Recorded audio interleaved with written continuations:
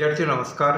History by captain doctor Rajendra जय मान सिंह ऐतिहासिक अध्ययन की श्रृंखला में मैं आपका फिर से स्वागत और अभिनंदन करता हूं। विद्यार्थियों, मेरी आज की कक्षा का संबंध है महाराजा गंगा सिंह विश्वविद्यालय बीकानेर के प्रथम वर्ष के प्रथम प्रश्न पत्र के विद्यार्थियों से। और इस श्रृंखला के अंतर्गत विद्यार्थियों मैं आज आपसे मुखातिब होने वाला हूँ उन तथ्यों और बिंदुओं को लेकर जिनके बारे में पिछले सप्ताह मैंने आपसे 3 भागों में चर्चा की थी। विद्यार्थियों, आप समझ गए होंगे कि मैं आज आपसे बात करने वाला हूँ वैदिक सभ्यता और धर्म से जुड़े हुए विविध पहलुओं के बारे में। और आज मैं विस्तृत विवेचना करूँगा आपसे 3 भागों के अंतर्गत वैदिक धर्म के स्वरूप के बारे में। विद्यार्थियों, जिसे हम वैदिक धर्म कहते हैं वह क्या चीज़ है? वेदों में उल्लेखित धर्म ही वैदिक धर्म कहलाता है। तो प्रश्न ये उत्पन्न होता है कि वेद क्या है? विद्वजन कथ्यते इति वेद, जो विद्वान कहे वही वेद है।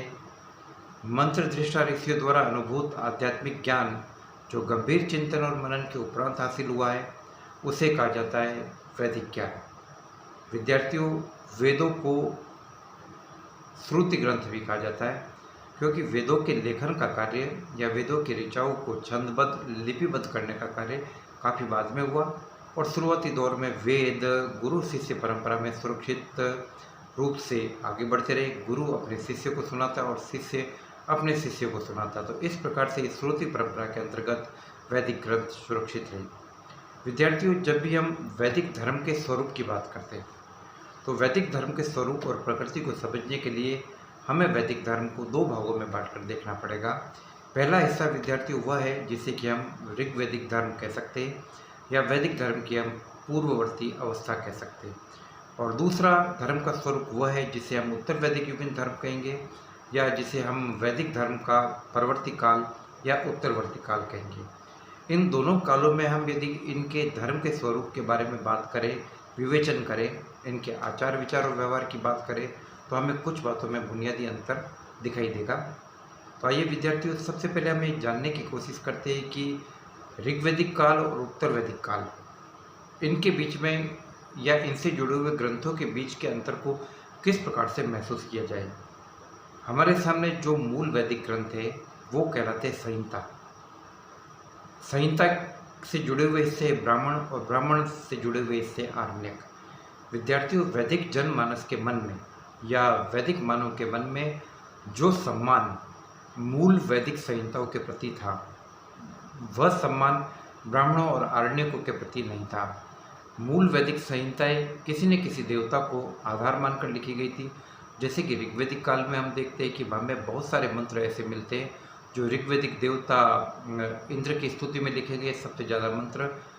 इसके बाद हमें अग्नि की स्तुति में मंत्र मिलते, वरुण की स्तुति में लिखे हुए मंत्र मिलते और सोम, जिसको उन्होंने एक ऊर्जावर्धक, एक स्फूर्तिकारक पेय के रूप में देखा, उसकी स्तुति में हमें बड़े पैमाने पर मंत्र मिलते हैं।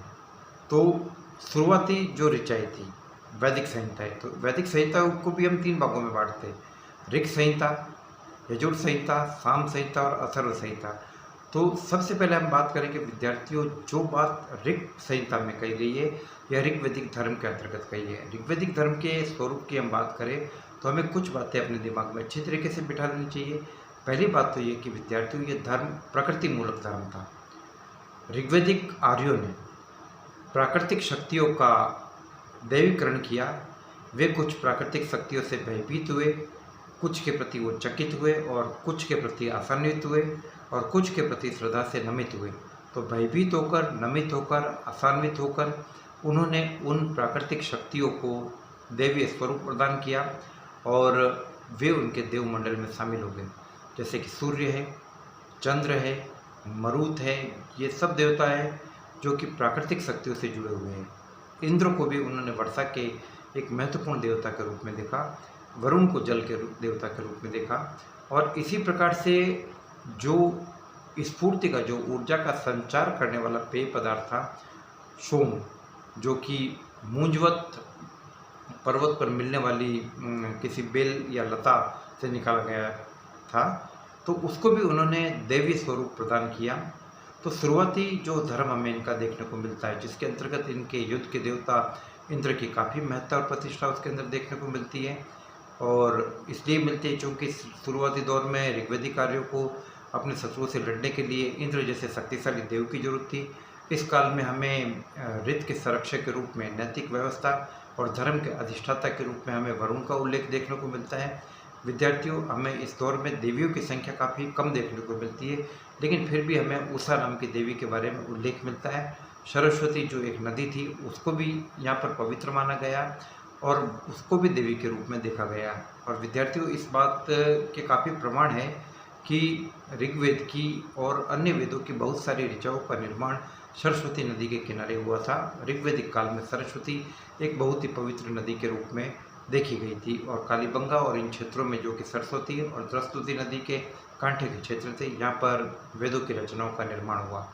ऋग्वेद और वैदिक संहिताएं के जो निर्माण से जुड़े हुए कई लोग थे, एक्चुअली भले ही इन ग्रंथों को अपौरुषेय कहा गया हो। अपौरुषेय का मतलब ये कि इनकी रचना किसी मनुष्य ने नहीं की और ऐसा कहा जाता है कि ये ब्रह्मा के मुख से निकले हुए, लेकिन वास्तव में यह बात तर्क की कसौटी पर खरी नहीं उतरती, बल्कि यह इन ग्रंथों की महत्ता और प्रतिष्ठा को बढ़ाए रखने के लिए, इन ग्रंथों की पवित्रता को सुरक्षित रखने के लिए, इनकी अलौकिकता को सिद्ध करने के लिए इस प्रकार की बात कही गई कि ये ब्रह्मा के मुख से पैदा हुए, लेकिन वास्तव में ये ऋषि परंपरा में लिखे गए ग्रंथ थे और कृष्णमद, वामदेव, अत्रि, भारद्वाज, वशिष्ठ और अगस्त्य जैसे ऋषि इन ग्रंथों के लेखन परंपरा से जुड़े रहे।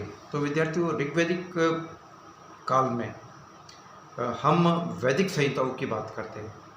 वैदिक संहिताओं में उल्लेखित हम धर्म की बात करते हैं और इसके अंतर्गत हम सबसे महत्वपूर्ण बात करते हैं ऋग्वेद की। ऋग्वेद अपने आप में एक महत्वपूर्ण ग्रंथ है जिसमें करीबन 1028 सूक्तों का उल्लेख मिलता है और ऋग्वेद में ही वर्ण धर्म से जुड़े हुए एक महत्वपूर्ण तथ्य वर्ण व्यवस्था के बारे में भी जानकारी मिलती है। ऋग्वेद के दसम मंडल में, हालांकि दसम मंडल को प्रक्षिप्त अंश भी माना जाता है और इसके ऊपर कुछ प्रश्न चिन्ह भी उठाए जाते हैं, लेकिन फिर भी हमें ये जानना जरूरी है कि ऋग्वेद के दसम मंडल के पुरुष सूक्त में क्या कहा गया है। ऋग्वेद के दसम मंडल के पुरुष सूक्त में धर्म के या नैतिक व्यवस्था के एक महत्वपूर्ण तत्व के रूप में वर्णों की उत्पत्ति का उल्लेख है और जिसमें एक आदि विराट पुरुष के शरीर के विविध अंगों से चारों वर्णों की उत्पत्ति का उल्लेख किया गया है। मुख से ब्राह्मण का, भुजाओं से क्षत्रिय का, जंघाओं से वैश्य का और पांव से शूद्र का। तो जो इस प्रकार का वर्गीकरण था विद्यार्थियों, वह कर्म व्यवस्था पर टिके हुए था। यानी धर्म का एक महत्वपूर्ण हिस्सा ये था कि वर्ण व्यवस्था उस दौर में कर्म आधारित थी। तो जो कुछ बातें हम ऋग्वैदिक धर्म के बारे में जानते हैं, उससे पहली बात तो साबित होता है कि ये प्रकृति मूलक धर्म था। आर्यों ने प्राकृतिक शक्तियों का देवीकरण किया और इनके विविध देवताओं की संख्या बढ़ने लगी। दूसरी बात ये कि ये जो धर्म था, इसके अंतर्गत हम इस चीज़ को जानने की कोशिश करेंगे कि किस प्रकार से देवी देवताओं की जो संख्या है वो क्यों बढ़ रही है। एक्चुअली वास्तव में मैं आपको एक बात स्पष्ट करना चाहूँगा कि वैदिक आर्यों के देवता उनकी ज़रूरतों का परिणाम थे और जैसे जैसे आर्यों की ज़रूरतें बढ़ती गई वैसे वैसे उनकी देवताओं की तादाद भी बढ़ती गई और आगे उत्तर वैदिक काल में हम देखेंगे कि बड़े पैमाने पर आर्यों के देवताओं की संख्या बढ़ने लगी और कई प्रकार की इससे पेचीदगी और समस्या पैदा हो गई। तो इसके बारे में आगे मैं आपसे इस चैप्टर के पार्ट 5 के बारे में बात करूंगा। यह था पार्ट 4, जिसके अंतर्गत मैंने आपको वैदिक धर्म के शुरुआती स्वरूप के बारे में बताने की कोशिश की। जय भारत, जय हिंद।